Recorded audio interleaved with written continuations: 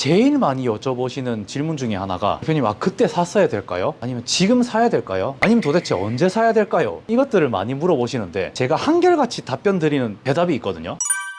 최근 부동산 거래시장 분위기가 심상치가 않습니다. 송도 아파트가 12억대 하던 게 5억 원의 거래가 되기도 하고, 또 세종시는 아예 반토막이 났다는 얘기도 들리고요. 이런 시장 속에서 또 어떤 분들은 이제 뭐 부동산 시장은 끝물이다 이렇게 말씀하시는 분들도 계시고, 또 반면에 어떤 분들은 지금이 기회다, 드디어 박앤세일 기회가 왔다 이렇게 말씀하시는 분들도 계신데, 도대체 어느 쪽 말이 맞는 걸까요? 오늘 영상에서는 여러분이 실제 투자를 하실 때 알고 계시면 최소한 쪽박은 면할 수 있는 세 가지를 제가 말씀드리도록 하겠습니다. 첫째, 현금 흐름이 답이다. 아파트 시장, 빌라 이런 주거 시장에서 현재 통화빌딩 건물 시장으로 넘어오시는 분들을 보면 원하는 게 시세 차익도 물론 시세 차익이지만 매달 들어오는 현금 흐름, 월세 수익이 제일 크시더라고요. 근데 이 월세를 계산하실 때 단순히 내가 월세 계약이 건물에 얼마가 돼 있으니까 내 통장에 얼마가 들어온다, 그러니까 수익률이 얼마다, 이것만 계산하시는 분들이 많으신데 사실 그거는 내 수익이 아니거든요. 그냥 임차인들이 입금하는 월세 금액일 뿐이잖아요. 이걸 계산하실 때 이자, 관리비용, 그리고 세무비용, 각종 세금까지 전부 다 계산을 하고 실제 내 통장에 남아있을 실질 수익률을 계산을 하셔야 됩니다. 그게 이 건물에서 내가 가져갈 수 있는 실질 수익률이거든요. 근데 단순 임대 수익률만 계산하시는 분들이 많으신데 이 부분을 꼭 잘 염려해 두시고 계산을 잘 하셔야 됩니다. 두 번째, 엑시트 전략이 없으면 사지 마라, 이 말씀을 꼭 드리고 싶은데, 사기 전에 좀 스스로한테 반드시 한번 물어봤으면 좋겠어요. 나중에 내가 이 건물을 팔려고 시장에 내놨을 때 사줄 사람이 과연 있을까? 혹은 내가 원하는 매도 타이밍에 잘 매각이 될지, 이런 것들을 스스로한테 물어보고 확신을 얻으셨을 때 그때 그 건물 매입을 좀 들어가셨으면 좋겠어요. 내가 나중에 팔고 싶은 금액이 있고 팔고 싶은 타이밍이 있는데 결국 살 사람들이 없으면 내 건물은 팔리지 않고 둥둥 떠다니게 되거든요. 그러면 이거는 내가 아무리 처음에 좋은 금액에 잘 들어갔다 해도 출구 전략이 확실하지 않으면 잘 샀다고 결국은 볼 수가 없겠죠. 왜냐면은 시세 차익이라는 건 결국 팔았을 때 실현이 되는 거고, 그때 시세 차익이 얼마인지, 잘 샀다, 잘 팔았다, 내가 투자를 잘 했다, 이런 결과가 그때 나오는 건데, 팔리지 않으면 결국 이 모든 것들은 출발이 될 수가 없어요. 그렇기 때문에 팔리지 않을 것 같은 건물은 사실 애초부터 사지 않는 게 제일 좋은 투자 전략이라 볼 수 있습니다. 세 번째, 어디까지 버틸 수 있는가. 부동산 시장에서 제일 큰 리스크라고 보는 게 공실 리스크랑 금리 인상이거든요. 근데 이 두 가지가 동시에 나한테 왔을 때 내가 얼마나 버틸 수 있는가, 이 부분을 좀 미리 계산을 해보시기를 추천드리고 싶어요. 공실 기간이 길어지면서 내 월세 수익이 0원이 되고, 그와 동시에 금리가 올라가면서 이자 부담이 훨씬 늘어났을 때 최소한 내가 6개월에서 길게는 한 1년까지도 버틸 수 있는 구조가 아니라면 지금과 같은 거래시장 분위기에서는 진입을 하지 않는 게 나을 수도 있습니다. 기이했던 코로나 시절도 있었고 빌딩 불장 시절이 있었는데, 그때를 생각하면은 짧게 몇 달 만에 좀 기하급수적으로 좀 믿기 어려운 정도의 시세 차익을 실현시키고 엑시트 하신 분들도 물론 계시지만, 그때는 그때고 지금은 또 우리가 지금 분위기에 맞춰서 투자를 해야 되니까, 과거의 그 불장 분위기와 지금을 혼동하셔가지고 그때 그랬으니까 지금도 이렇게 되지 않을까, 난 들어가야지, 이런 생각은 좀 안 하셨으면 좋겠어요. 정리하자면 지금이 결론은 박앤세일 타이밍일 수도 있고 혹은 끝물일 수도 있습니다. 근데 한 가지 분명한 거는, 지금 제가 오늘 말씀드린 세 가지 정도만 확실하게 준비를 하고 진입을 계획하신다면 최소한의 쪽박은 면하실 수 있을 거라 생각을 합니다. 그리고 매수를 고민하시는 이제 매수 희망자분들이 저한테 제일 많이 여쭤보시는 질문 중에 하나가, 대표님 그때 샀어야 될까요? 아니면 지금 사야 될까요? 아니면 도대체 언제 사야 될까요? 이것들을 많이 물어보시는데 제가 한결같이 답변 드리는 대답이 있거든요. 그 타이밍은 사실 사람마다 다르다, 정해진 타이밍이 없습니다, 이건데, 이 말이 뭐냐면,